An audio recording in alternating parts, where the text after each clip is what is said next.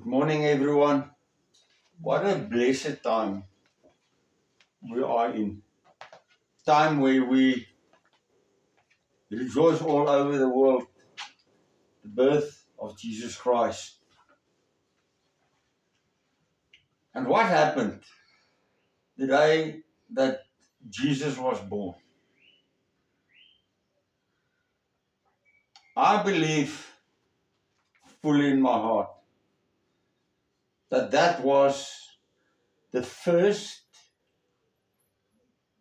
that day he was born, that was the first step of his grace towards us. If we think about it, when he was born, the process started for grace for all the Gentiles. Now, the first scripture that I would like to read, very well-known scripture, John chapter 3 verse 16, but I'm adding verse 17 also, because verse 16 we all know. For God so loved the world that he gave his only begotten Son, that whoever believes in him should not perish, but have everlasting life. For God did not send his Son into the world to condemn the world, but that the world through him might be saved. What a blessing. What a blessing to know. Now imagine, I know there's fathers here. Just imagine giving your son to God, or to the world, and say to the world, "Yes, my son, but take him. You can do with him whatever you want." And I know that there's a time coming where you are going to crucify and kill him.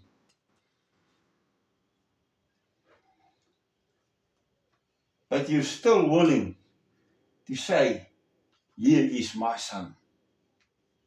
And God come and he say, "I love you." Everyone sitting here today, I loved you and I still love you so much that I was willing to give my son Jesus Christ so that you can be set free. Not to condemn you, but to set you free. To give you the opportunity to enter heaven one day.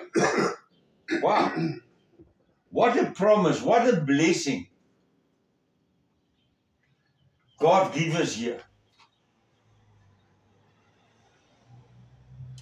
And to just think, Father, you did that for me.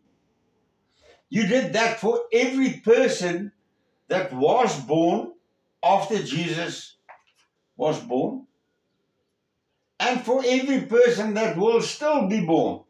Every baby that will be born, that promise is there.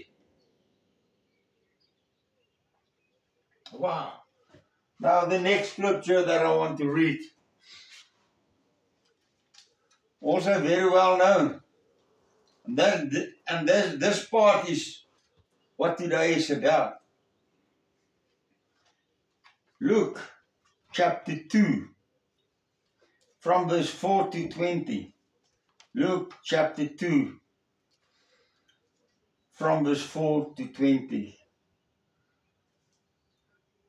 Joseph also went up to Galilee, out of the city of Nazareth, into Judea, to the city of David, which is called Bethlehem, because he was of the house and lineage of David, to be registered with Mary, his betrothed wife, who was with child.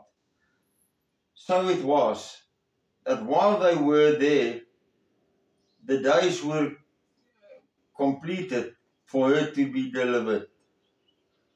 And she brought forth her firstborn son, and wrapped him in swaddling clothes, and laid him in a manger, because there was no room for them in the inn.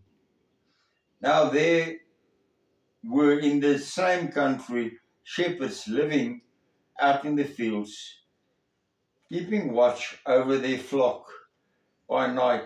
And behold, an angel of the Lord stood before them, and the glory of the Lord shone around them, and they were greatly afraid. Then the angel said to them, "Do not be afraid, for behold, I bring you good tidings of great joy, which will be to all people. For there is born a Saviour, who is Christ the Lord. And this will be the sign to you. You will find a baby wrapped in swaddling clothes, lying in a manger." And suddenly there was with the angel a multitude of the heavenly host, praising God and saying, "Glory to God in the highest, and on the earth peace, goodwill towards men." So it was that the angels had gone away from them into heaven, that the shepherds said to one another, "Let us now go to Bethlehem and see the thing that has come to pass, which the Lord has made known to us." And they came with haste and found Mary and Joseph and the baby lying in a manger. Now when they had seen him, they made widely known the saying which was told them concerning this child. And all of those who heard it marveled at those things which were told them by the shepherds. But Mary kept all things and pondered them in her heart. Then the shepherds returned, glorifying and praising God for all the things that they had heard and seen, as it was told them. Wow. First of all, here David come. Joseph and Mary is going to a small place called Bethlehem to register. But there's no room for them. No hotel room, nothing. Only place they could find is this cave where they kept the animals. And there, baby Jesus is born in a manger. Why? Why did the King of Kings, the Lord of Lords, why was he born in that stable? Why? You see, wherever Jesus walked, he was humble. He came to serve. And he showed us what it means to serve. He didn't come as the high almighty and says, I'm controlling you. I am the new king. Boom, boom, boom, boom, boom. Because why? God is love. His son, Jesus Christ, is love. And then God knew he had to do something to let the people know that the king is born.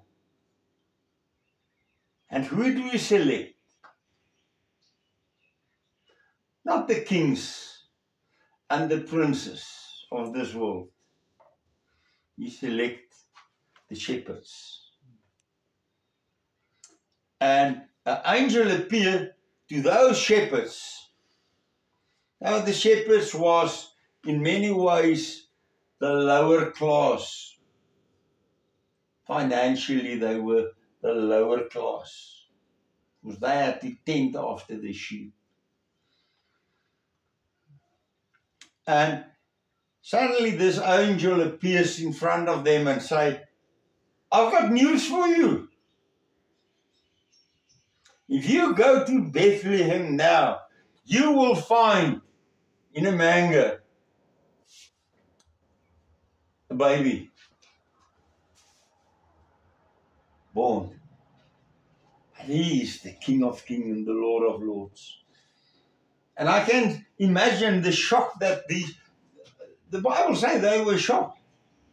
But imagine we was out there in nature, and suddenly here stand a man, an angel before us, and he say, I've got news for you. The new king is born.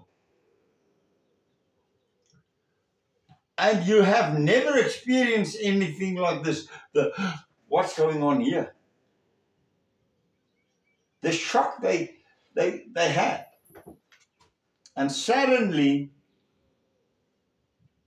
this heavenly angels start singing, praising God, saying, wow, the king is born. The king is born.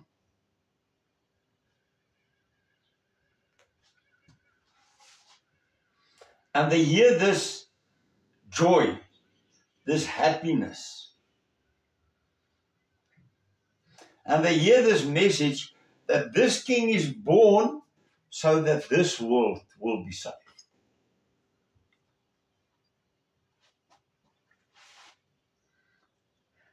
And then suddenly they're gone. And they decide, they say, let us go quickly to go and find this baby. Because they realize this is so inside. They just know this is so important. We have to go and investigate this. And what do? They leave their sheep behind. And I can see them running towards Bethlehem. Because the words say they went in haste. Because they wanted to know, is this true? Is that really true? What was shared with us in this angel and the choir that was singing. Is this really true? And what happened? When they arrived in Bethlehem, they found Joseph, Mary, and the baby Jesus. Just like the angel was telling them. And the words say, and they went out and they shared with everyone else. There in Bethlehem. Wow! A new king is born in a manger. And he was not dressed fancy. No. He had rags around him just to keep him warm.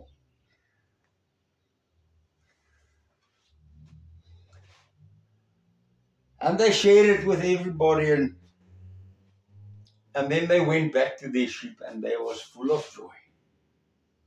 Because they knew that the King of Kings were born. Now,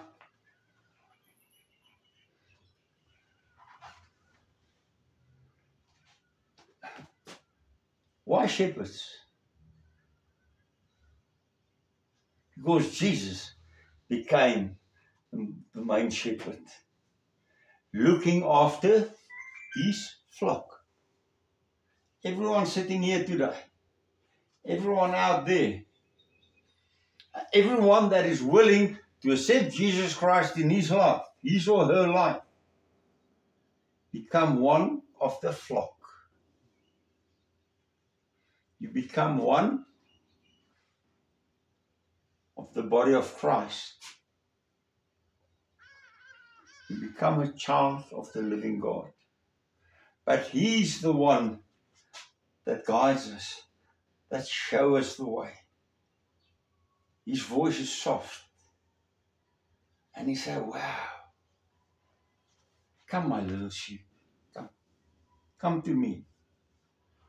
I will do what? I will protect you. I will supply to every need you have.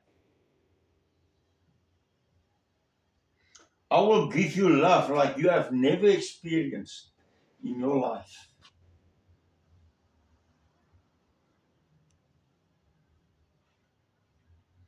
And I have defeated Satan. He knew. From baby, I believe Jesus knew what's coming. I mean, we know that later the wise man came also. And they gave him these gifts.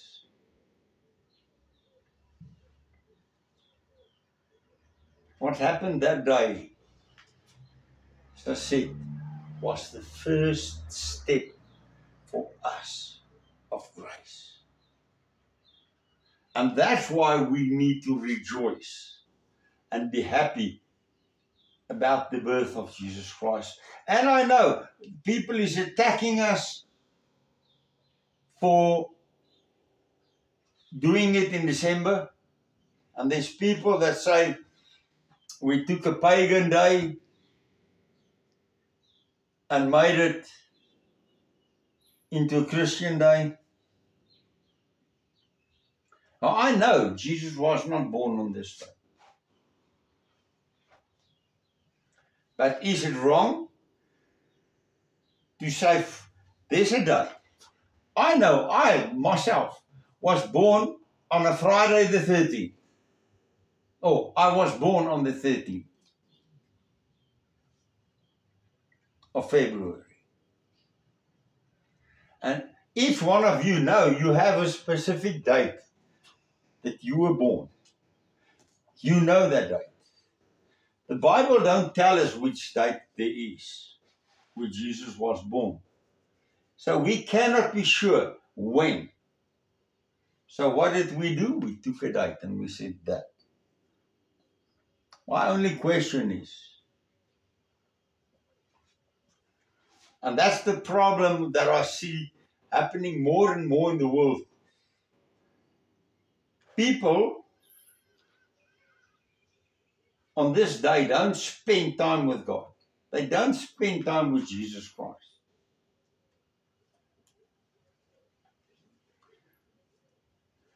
If it's your birthday, what happened? Your family phone you, and those that can be there, they come together and they're happy because you were born so many years ago. And you have a good time together. But what happened in this world? So many people, oh, it's just another day. It's nice on the beach. Or it's nicer sitting next to the, and you guys know me. I love my fishing. But will I change this day? Spending time with God, spending time with Jesus Christ, and rather go fishing? No ways. This is the day that I rejoice because my Savior was born. And this is what we as children of God should do. Take this day and spend it with Jesus Christ. Yes, come together as a family and say, wow, Jesus, thank you. Thank you for that you came to earth. We're grateful, and share it with the people. There's one big thing about this day all over the world. The unbeliever hear the name Jesus Christ. And they hear that the Savior was born. The King of Kings were born. And He's alive.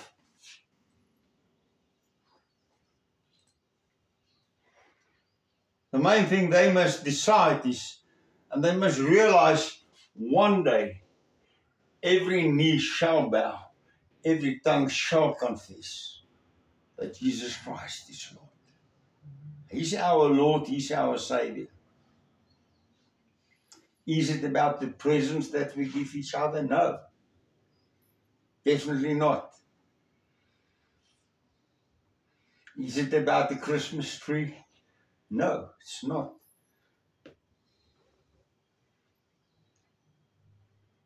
It is about my Savior was born.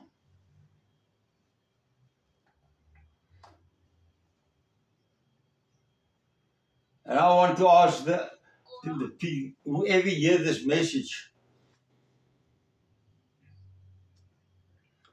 and you can answer it yourself. Do you have a relationship with Jesus Christ, your Lord and Savior? That baby that was born, who 33 years later was crucified, who defeated Satan, who have set you free. Do you have a relationship with Him? Because if you have a relationship with Him, this day should be one of the most important in your life, because you can say, wow, Father, I praise you. Father, I worship you. And Father, I say thank you. So Father, I go down on my knees. Think of that song. Down on my knees, I found my Jesus. Down on my knees, I found my Lord.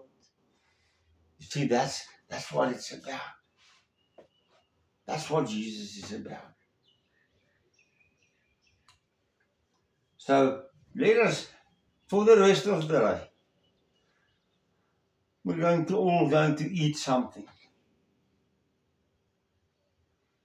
When we take that food, let me take it and rejoice. Wow. Because God supplied it. God made it possible for you to enjoy that meal together. Enjoy your family together. Love one another like Jesus loves you. But also, live Jesus.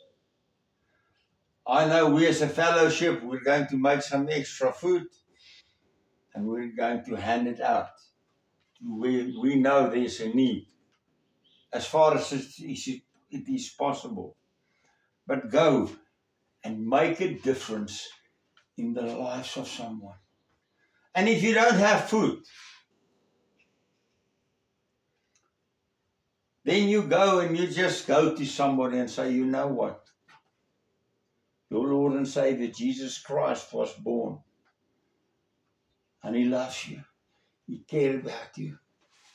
And John 3:16 said, for God so loved the world that He gave His only begotten Son, so that you can be saved.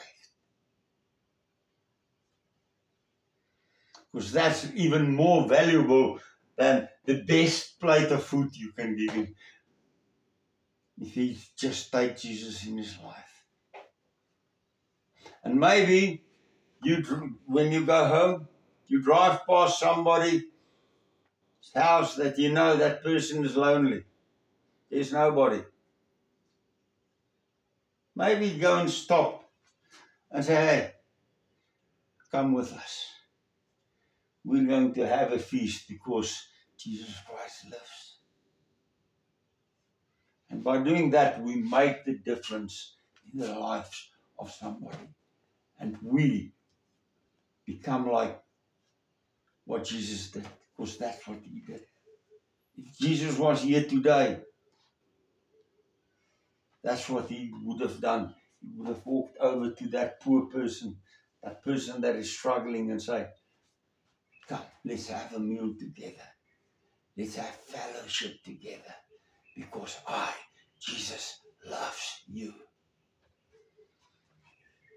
And this is my message today. Let's pray. Heavenly Father, thank you. Thank you for who you are. Jesus, thank you that you love us, that you care about us. And yes, Jesus, thank you that so many years back, you said, I'm willing to be born so that this world can be saved. And Jesus, thank you that you have set us free as your children. Thank you that you were willing to show us that we should be humble. Thank you that that day the grace really started. The first step of the grace that you brought to us. And we praise you today, we worship you. Father, thank you for your Son. Thank you that there's a future for us because of the King that was born. Amen. Amen.